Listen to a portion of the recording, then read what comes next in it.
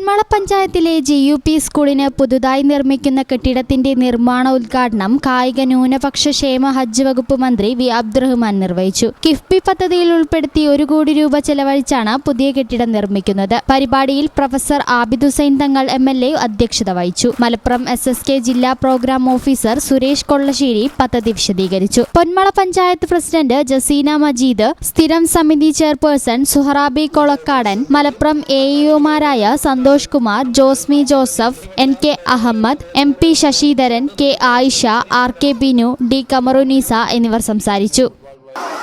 പൊതുവിദ്യാഭ്യാസ സ്ഥാപനങ്ങളുടെ ശാക്തീകരണം എന്നതിലൂടെ മഹത്തായ മൂല്യങ്ങൾ, ജനാധിപത്യ സമ്പ്രദായത്തിൽ ഉണ്ടാവേണ്ട മൂല്യങ്ങൾ നിലനിർത്തിപ്പോവുക എന്നുള്ളൊരു കാര്യം കൂടി ഇതിൽ വ്യക്തമാണ്.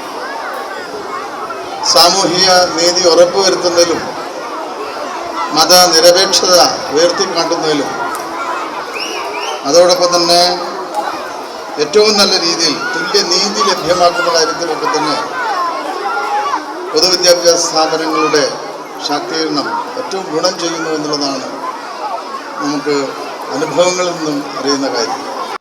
ഈ ചാനൽ ന്യൂസ് മലപ്പുറം. നടക്കാവിൽ hospital academy of paramedical sciences, നടക്കാവിൽ ഹോസ്പിറ്റൽ ബിൽഡിംഗ്, വളാഞ്ചേരി, മലപ്പുറം.